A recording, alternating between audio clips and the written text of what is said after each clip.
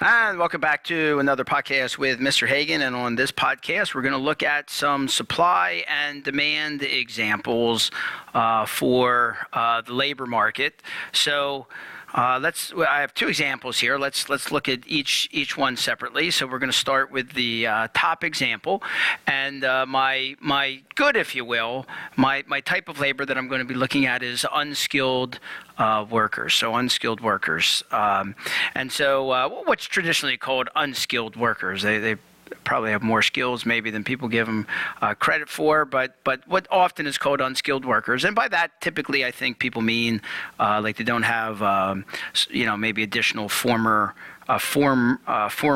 education.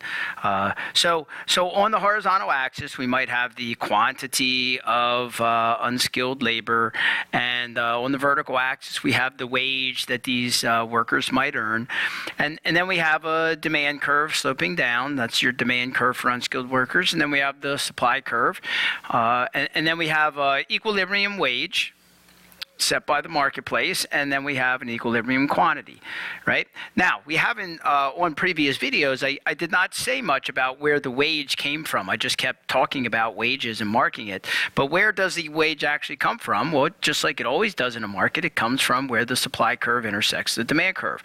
So this will be the equilibrium wage. And by the way, let's also remember that firms will hire up to the point that the wage is equal to the value of the marginal product of labor. Okay, so the value of the marginal product of labor will here be equal to the wage.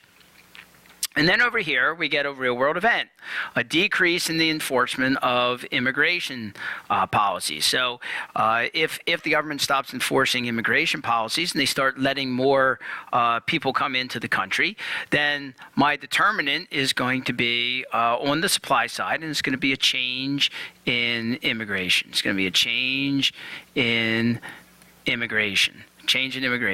And that's going to shift the supply curve, and it's going to shift the supply curve to the right, okay, because we're going to have more workers coming into the country, okay, and so that's going to cause the supply curve to shift to the right. The supply curve is going to shift to the right. And so over here, we're going to shift the supply curve for labor to the right to S2. And when that happens, that's going to cause the wage to get bid down. So that's going to decrease wages. And this is why some workers inside a country might be opposed to immigration, because they fear that it will put downward pressure on wages. This model tends to suggest that would be the case. There are some studies that debate that. That's not the purpose of this podcast. We're just trying to work through what the model predicts. So if the supply curve shifts to the right, wages will get bid down, and the quantity of workers in the market will increase. And so we would just write down here at the end that this is going to cause a decrease in wages, and it's going to cause an increase in the quantity of workers. So that's it. I mean, that's all there is to it. We're back to working through a supply and demand model.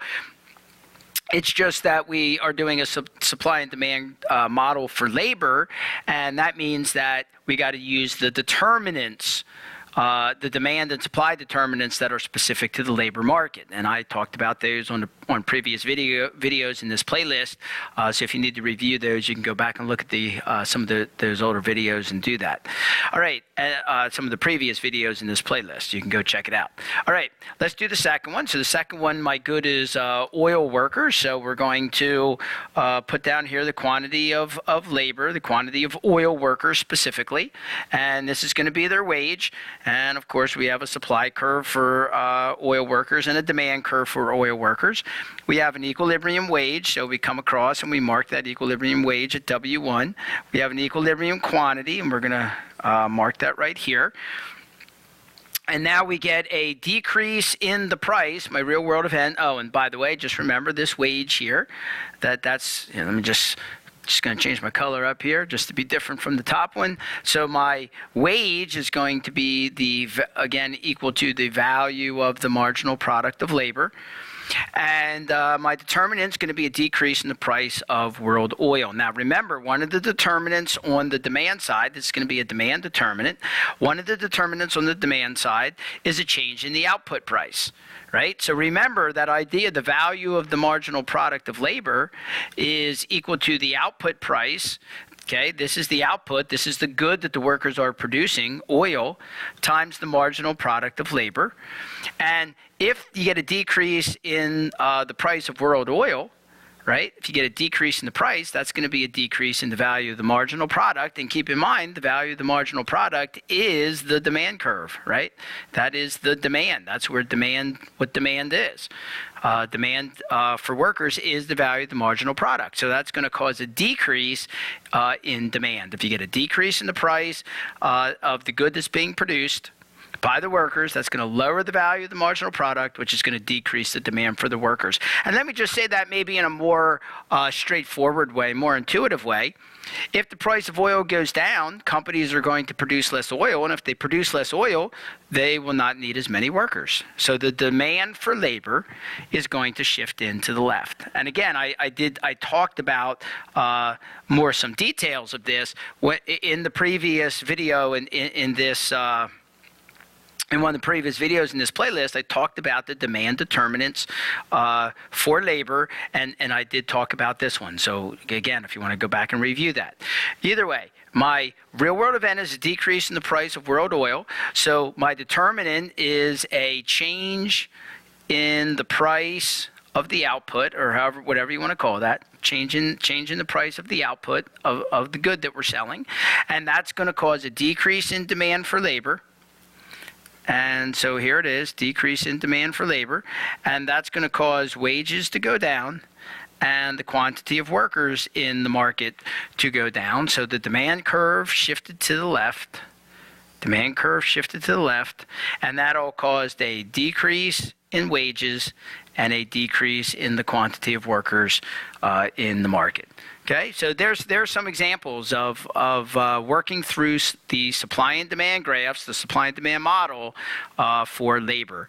And in all these examples, I've been doing this for labor, but we could do all the same stuff if we were talking about the supply and demand model for capital, or maybe the supply and demand model for land, or any of the resources. We could do a similar analysis to what we just did here.